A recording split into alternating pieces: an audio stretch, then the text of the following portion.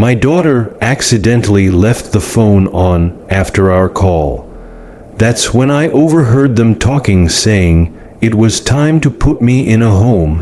That I was becoming too much. I didn't react at the moment, but something deep inside me cracked. The next day, I sold the house. $890,000. They returned from their business trip all smiles, but their happiness didn't last. The key didn't fit the lock anymore.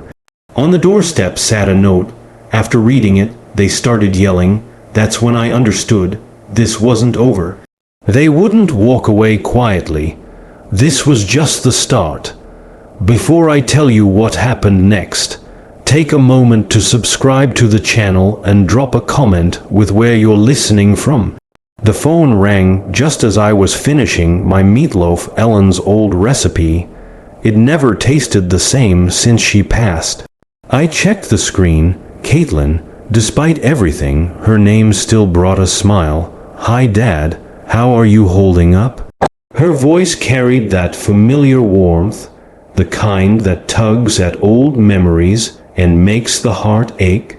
I eased into Ellen's favorite recliner, worn smooth over years of her reading, just finished dinner, about to watch the news. I told her, leaving out the part about it being 3-day-old leftovers, or how I'd been staring at Ellen's photo for an hour. Are you eating well? You can still use that grocery app I showed you, right? I'm getting by, I said, trying not to sound defensive. Then I added, I did have a bit of a scare yesterday. Forgot the burner under the coffee pot. Smelled it just in time. There was silence. I could picture the crease between her brows, just like her mom's. Dad, we need to talk about someone checking on you more often. Jeremy thinks I'm fine, I said. Anyway, how's Phoenix? The conference wraps tomorrow. Jeremy's been handling most of the meetings. I've been stuck in back marketing seminars. She chuckled, but it sounded forced. Well, I better go. We have dinner plans with some potential investors. Of course. Love you, sweetheart. Love you too, Dad. Take care, okay. Then I heard the click. But before I could hang up, I caught the sound of voices, faint but clear through the speaker. Jeremy, you can tell he's slipping, Caitlin said, her tone now cold and clinical. He left the stove on. What if he burns the place down? I froze. My chest tightened. It's time. Jeremy replied. He's a good guy, but he's a burden now. That house is worth nearly $1 million. With the Denver market, Caitlin added, we could probably sell for at least $900,000. We sell it, get him somewhere decent, and finally buy that Boulder place, the one with the mountain view. She laughed, actually laughed. You should have seen him tonight, Jeremy. So thankful I called. He has no clue. We should move soon before he starts questioning things. The phone slipped from my hand, clattering onto the floor Ellen and I had installed, board by board, nail by nail, 2 decades ago. Every inch of this house was built on dreams and hard work. I sat in silence, Ellen's photo watching me from the mantel. Her gaze seemed different now, maybe warning me, maybe knowing something I didn't yet. The old grandfather clock, her anniversary gift to me, ticked steadily in the dusk. Outside, crickets had begun their nightly hum in the garden she once tended, now mine to keep alive. The warmth I'd felt from the call was gone, replaced by a cold, steely weight in my chest. They thought I was weak. Confused, easy to handle. They were already spending my money, imagining their new lives while mine was being written off. But I was far from finished, and far more aware than they believed. I don't know how long I sat there before standing to turn on the lamp. Its warm glow spilled across the living room, filled with memories, every chair, every photo, every corner a piece of Ellen and me. The couch where Caitlin used to do her homework. The coffee table I built with my own hands. In the kitchen, I opened a drawer full of old receipts and records. Ellen always said to keep them. You never know when they'll come in handy. College tuition for Caitlin, $48,000. I remembered working long shifts, the dust, the aching back, coming home to Ellen's massages and warm coffee while I paid the bills. She deserves better, I'd said. Just don't give her so much she forgets to be thankful. Ellen had warned. I should have listened. The wedding receipts, $32,000. I told her we could afford 5, maybe 8. She cried until I agreed to more. I worked weekends for months, scraping together what I could. Daddy, you're the best, she'd whispered on our dance. I'll never forget this, but she had, just like she forgot who signed her first car loan, who pulled strings to get her that job after graduation. Bank statements from 2 years ago. After Jeremy got fired, details never shared, they moved in temporarily. No rent. Higher bills, I paid for everything. Jeremy called me the kindest man in Colorado. Caitlin hugged me and said they'd pay me back. They didn't. I paid for their anniversary dinner last month, $200 at some upscale restaurant. I covered Jeremy's BMW repair, $3,000 that emptied my savings. At their last barbecue, Jeremy told his friends I was like a second father to him. I felt proud, foolishly proud. I climbed the stairs to our old bedroom, everything still as Ellen left it. Her jewelry box, her reading glasses. In the bottom drawer, I pulled out the house deed. No co-owners, no liens, just our names, now just mine. Standing there in the room where Ellen spent her final days, something inside me hardened. The pain was still sharp, but now it had a purpose. They wanted to take my home, my dignity, my life's work. They thought I'd go quietly, but they underestimated me. I looked at Ellen's photo again. I could almost hear her voice. Don't give her so much that she forgets to be grateful. Well, Ellen, our daughter had certainly forgotten, but she was about to be reminded that her father wasn't as feeble or naive as she thought. I walked into my office and retrieved the business card that had been sitting in the back of my desk drawer for 3 years. Todd Fisher, real estate attorney. Ellen had asked us to meet with him after her cancer diagnosis, just to make sure everything was in order. Now felt like the right time for another visit. The next morning, I wandered through my house, as if seeing it through someone else's eyes. Not as a home, but as a checklist of assets, just like Caitlin and Jeremy viewed it. I touched the granite kitchen counters I'd installed myself, working under a single lamp after long shifts because we couldn't afford contractors. Ellen had chosen the stone gray with gold veins that glimmered each morning. She brewed coffee here for over 16 years until the cancer drained her strength. I remembered the morning our 3-year-old Caitlin took her first steps from the fridge to Ellen's arms. We'd cried. Ellen had scooped her up and twirled her while I fumbled for the camera. She's walking in our house, she whispered, crying. In the home we made just for her, the living room still held decades of memories, especially Christmases. I could still picture little Caitlin's face lighting up when she saw the dollhouse I had secretly crafted in the garage for 3 months. Ellen had sewn tiny curtains and made mini furniture. Daddy, it's just like our house, Caitlin had squealed. And it was a miniature replica, down to the bay window in her room. That same window had cost me 6 months of overtime, because Ellen had seen it in a magazine and fallen in love with the idea of curling up there with a book. "You know we can't afford that," she had said. "If you want it, you'll have it." I replied, "I'll figure it out." I climbed the stairs and entered Caitlin's old bedroom, still painted in the soft yellow she'd picked for her 16th birthday. Her walls still displayed pictures from high school and college, and the white desk beneath the window, custom, built by me, still stood as it had for years.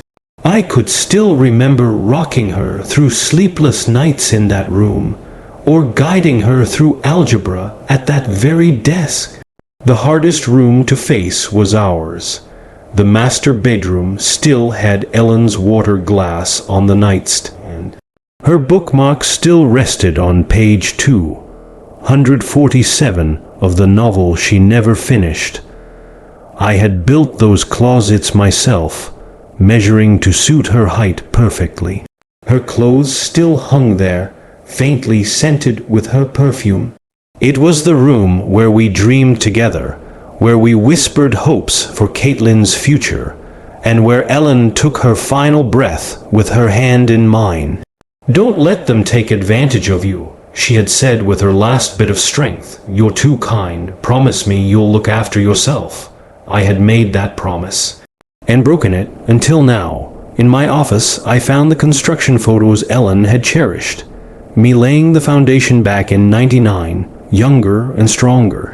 Ellen in a hard hat, smiling, bringing us lemonade on hot days while her belly showed the early signs of pregnancy.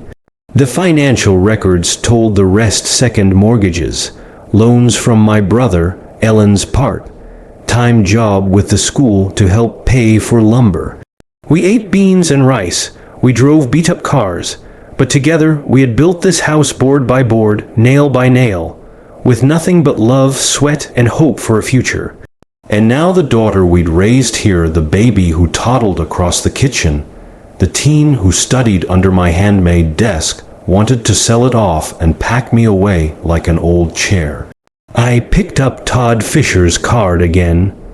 The corners were worn from being handled so many times, but the number was still clear. Caitlin and Jeremy thought they were manipulating a doddering old man, that I'd just smile and nod, thankful for any attention.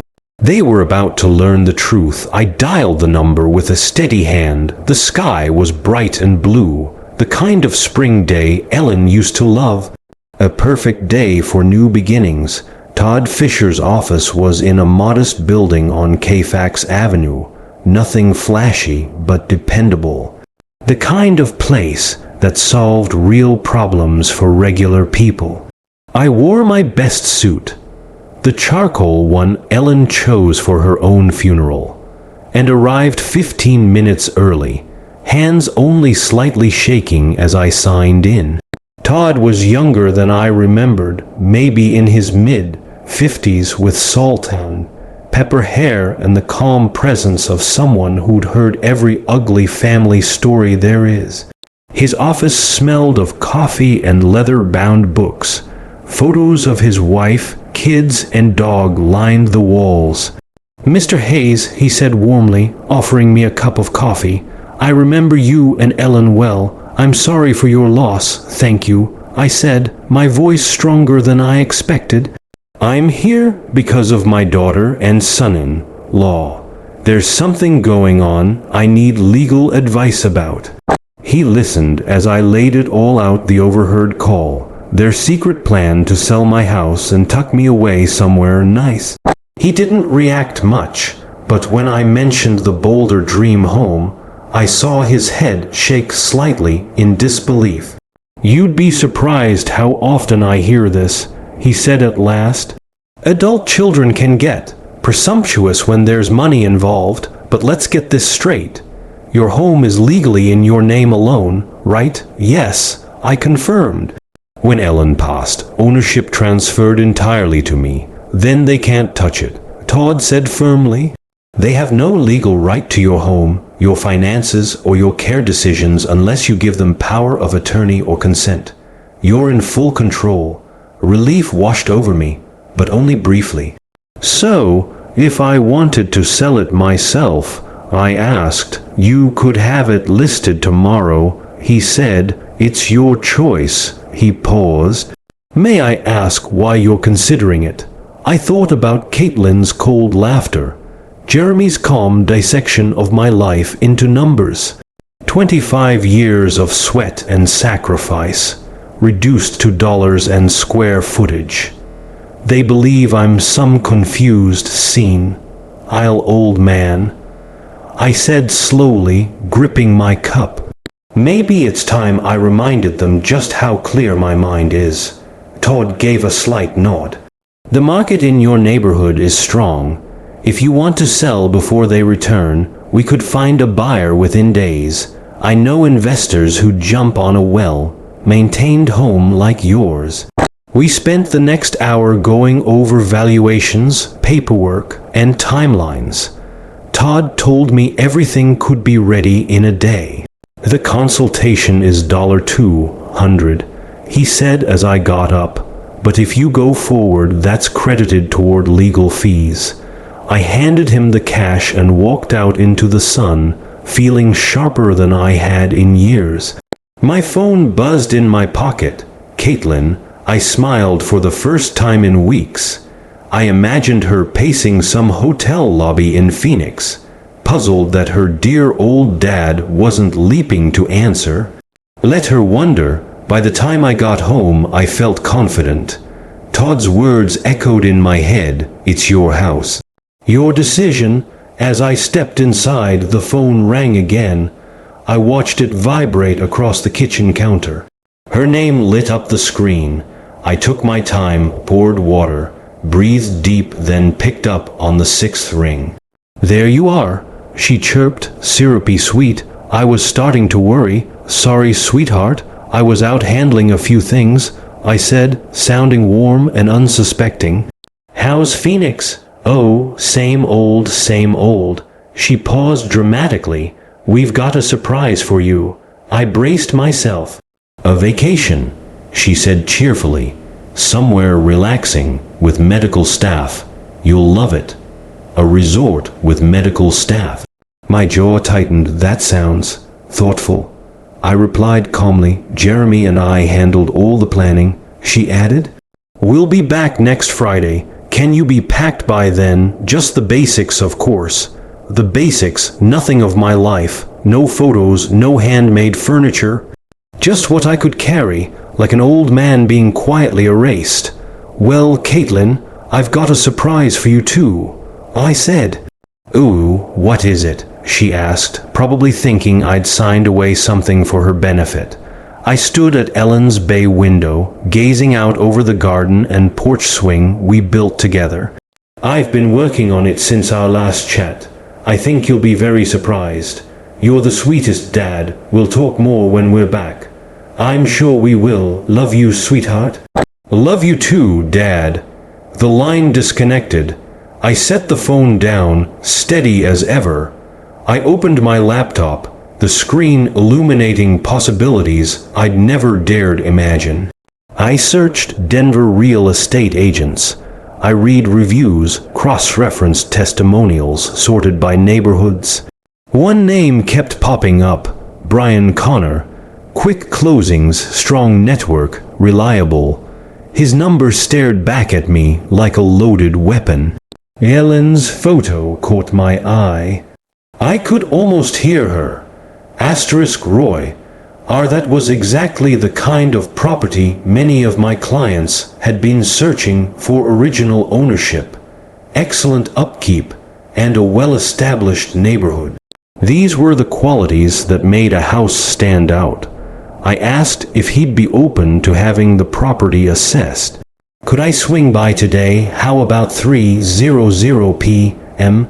It was just after noon when I checked the clock. 3 sounded good.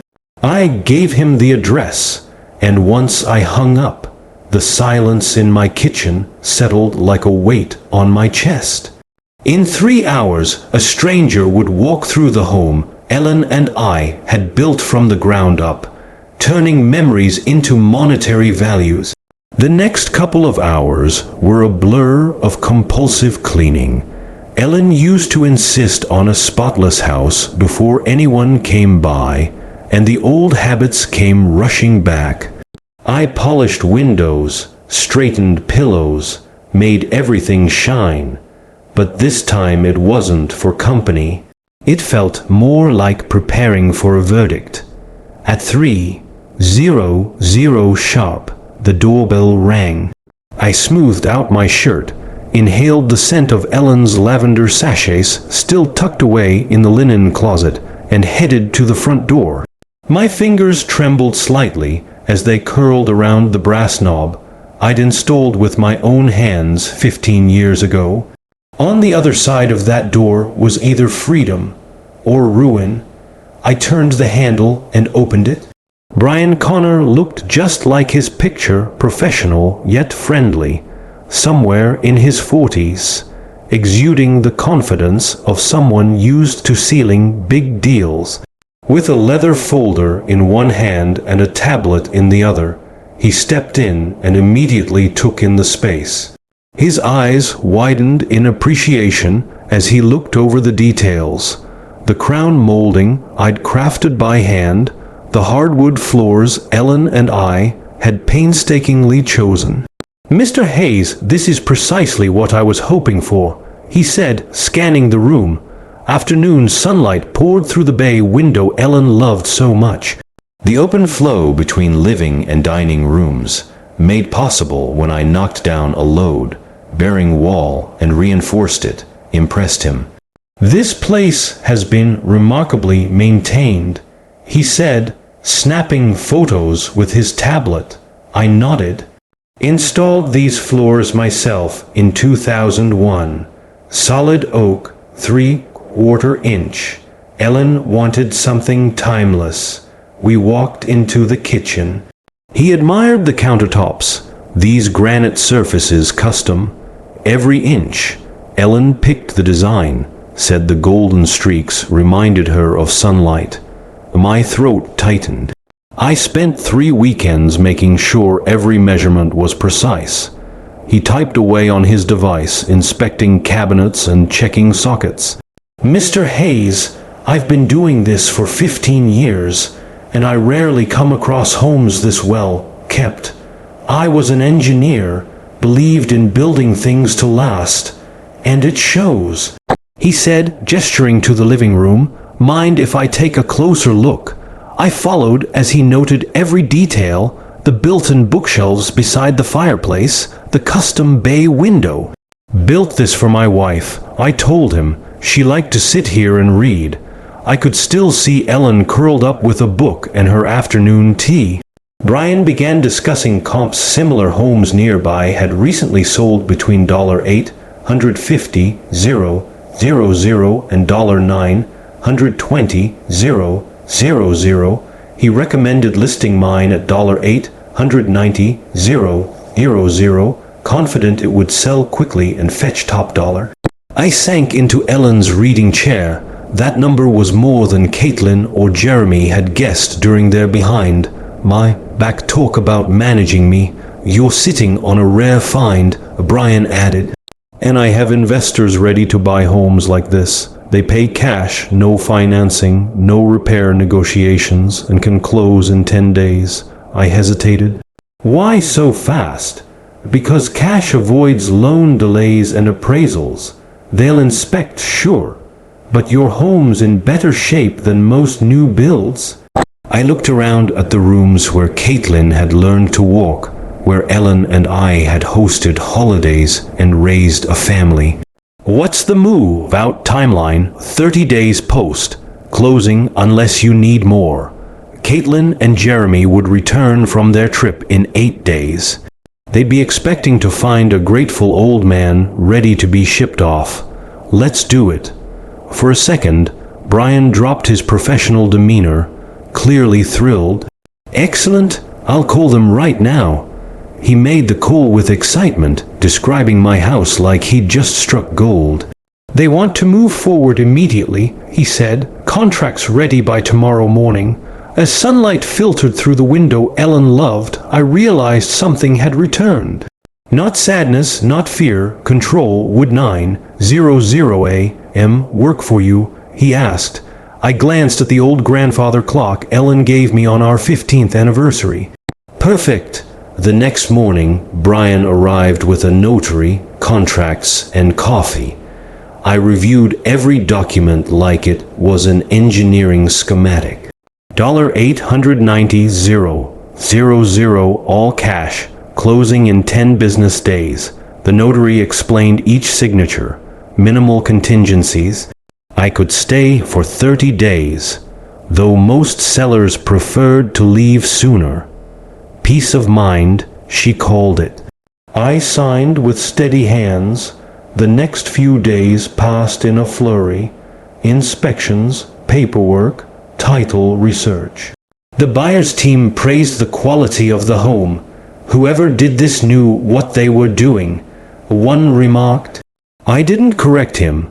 Let them assume I was already gone. By day 6, I'd begun browsing senior apartments. I found one in the Highlands, a quiet community with a golf course and social center. Ellen and I had once dreamed of retiring somewhere like that. I also reserved a storage unit and began planning what to keep. Ellen's china, her jewelry box, family photos. Day 7 brought confidence. Every day I got closer to showing my children just how wrong they'd been to underestimate me. On day 8, Brian confirmed everything was set for the next morning.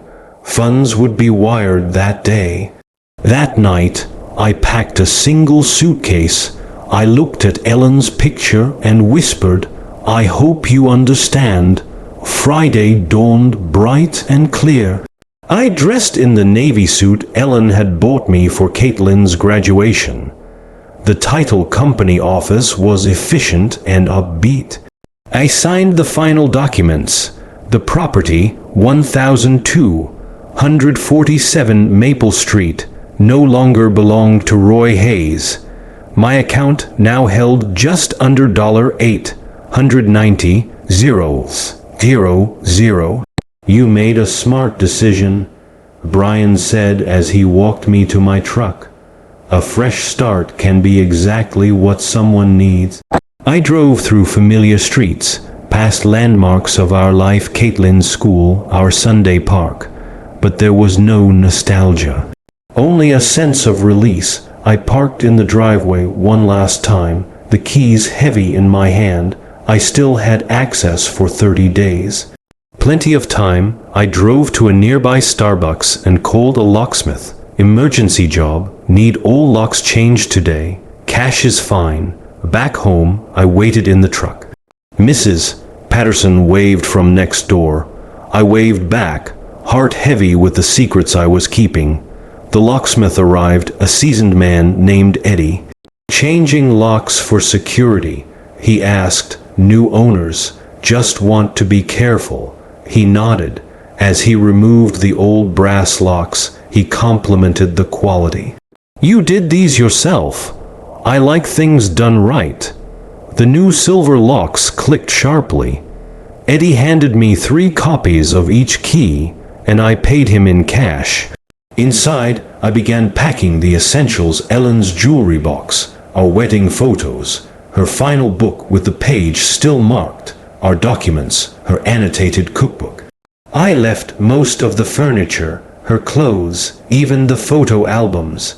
A home full of memories, now a shell. I called Sunset Manor. Do you have a furnished unit available? We do, said Mrs. Chen, month to month. Yes, I'll take it. I signed the lease that afternoon and paid the deposit in cash. Money that would have once seemed extravagant now felt like freedom. As I packed my car, Mrs. Patterson noticed again. She waved, and I felt the weight of every goodbye I couldn't bring myself to say. I walked through the empty rooms one last time, each one echoing with decades of love, loss, and life.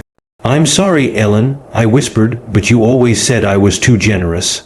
I locked the new locks, got in my car, and drove away, perhaps for the last time. That evening, I arrived at Sunset Manor. I opened the door to my new apartment, placed Ellen's photo on the nightstand, and turned on my laptop. One task remained.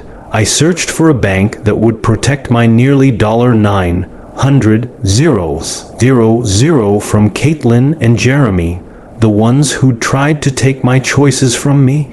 Colorado Community Bank looked promising, small, discreet, the kind of institution where someone like me could regain not just his money, but his independence. Colorado Community Bank's private banking department, David Morrison speaking. Hello, Mr. Morrison. My name is Roy Hayes. I need to set up an account for a sizable deposit, approximately $890,000. There was a brief pause, David likely reevaluating his schedule. We'd be more than happy to assist, Mr. Hayes. When would you like to come in? Monday at 9:00 a.m. Excellent. I'll make the arrangements. The weekend loomed like a wide open space. I'd never lived anywhere except the house Ellen and I had built with our own hands. Now, this compact apartment felt like an exile, but one I had chosen. My exile, my decision. Saturday, I brewed coffee in the unfamiliar kitchenette and slowly unpacked. Ellen's jewelry box sat atop the dresser. My engineering plaques were placed on the shelf. A photo from our wedding rested by the bed. My bed now, one that had never felt Ellen's warmth. I made a grocery run and shopped for basic meals, nothing fancy, nothing like the cooking Ellen had loved. At the checkout, a polite young man asked if I was new in town, just moved. I replied, starting over. On Sunday, I discovered a nearby cafe called Brews and Views, just a short walk from my apartment. The barista, Sarah, had purple highlights in her hair and brewed strong coffee that suited me. New face around here, she said casually, retired engineer. I offered, looking for a slower pace. You've found the right spot. People here take life easy. I sat by the window and watched passers by, walk dogs and push strollers, the kind of weekend Ellen and I used to cherish. Yet instead of grief, I felt something unexpected, anticipation. Monday arrived. I put on my best suit, the one Ellen bought me for Caitlin's graduation, and drove to the bank. David Morrison was younger than I'd expected, maybe mid-40s with an easy professionalism. So, Mr. Hayes, what brings you to us? I recently sold my house. I'm looking to start over, preferably with a bank that sees clients as people, not account numbers. That's exactly our approach, David said sincerely. I explained my situation, widower, freshly moved, needing secure financial options. David asked smart, relevant questions, never prying more than necessary. I'll be wiring the funds from my old bank. We can initiate the transfer today. It should be completed by Wednesday. He prepared the documents, offering premium account services due to the size of the deposit. Online access, debit card, checkbook, the full suite. By the end of our meeting, I had become client #8, 147,293 of Colorado Community Bank, with nearly $900,000 at my fingertips, and safely out of Caitlin and Jeremy's reach. Tuesday and Wednesday passed in quiet routine. Coffee at Brews and Views each morning. Sarah remembered my order. Afternoon, walks revealed a peaceful neighborhood park where older folks sat reading and feeding birds. Then, Wednesday afternoon, David called. Mr. Hayes, your wire has gone through. Funds are cleared and accessible. I looked around my new home, modest, but mine. Ellen's photo watched over me from the nightstand. For the first time since losing her, I felt a sense of direction. That evening, I sat in my plain chair. not Ellen's, not the old recliner from Maple Street, but mine. I opened my laptop and searched for mini surveillance cameras. My hands paused for a moment over the keyboard. I knew this next step would seal everything. Dozens of camera options appeared. After careful review, I selected a discrete model disguised as a phone charger. Wi-Fi enabled, motion triggered, crystal clear video, and a 12-hour battery life. Most importantly, it could live, stream directly to my phone. Expedited shipping guaranteed next day delivery. The price $149 was a drop in the bucket now. Next was the letter, the one Caitlin and Jeremy would find once they realized their keys no longer worked. The first version was too harsh. The second lacked the emotional weight. The third found the balance, calm, direct, and irreversible. I wrote it carefully, using the tidy handwriting Ellen used to admire. Dear Caitlin and Jeremy, if you're reading this, it means everything went according to plan. I overheard your conversation about placing me in a care facility, how much profit you'd make from selling the house. The house has already been sold for $890,000 in cash. The funds are in a new account completely under my control. I've relocated by my own decision to a place where I'm respected. Don't worry about me. Worry about where you'll be living. Your belongings are stored at Denver Moving and Storage on Kfax Avenue. You have 30 days to claim them before fees begin. I gave everything to this family for over 4 decades. You repaid me by plotting to discard me. I hope the lesson was worth the price. Dad, Thursday morning, FedEx delivered the camera. I tested it thoroughly, set up the app, checked the angles, verified sound and image quality. That afternoon, I returned to Maple Street for the final time. I used the garage remote, still active, to avoid attention. My hands trembled as I entered with my new key. Inside, everything looked the same, but with subtle, heartbreaking differences. Caitlin and Jeremy's bags were by the stairs. Mail was scattered on the counter. They'd already started moving in while plotting to move me out. I plugged in the camera near the entryway, angled it for maximum coverage, then taped the envelope to the inside of the front door. I stood one last time in the space Ellen and I had built, touched the mantel where her photo had once sat, and whispered, "It's done, sweetheart. Justice is served." Friday came. The camera was live, my phone was ready. At 5:15 p.m., the alert came. Jeremy's black SUV in the driveway. Caitlin emerged first, then Jeremy. They looked relaxed, like people about to collect their prize. Then came the first hiccup. Caitlin's key didn't fit. She tried again and again. Jeremy tried the back door, no luck. The garage remote didn't work either. Someone changed the locks, he muttered. That's not possible. Caitlin panicked. They tried calling me, but the landline was disconnected.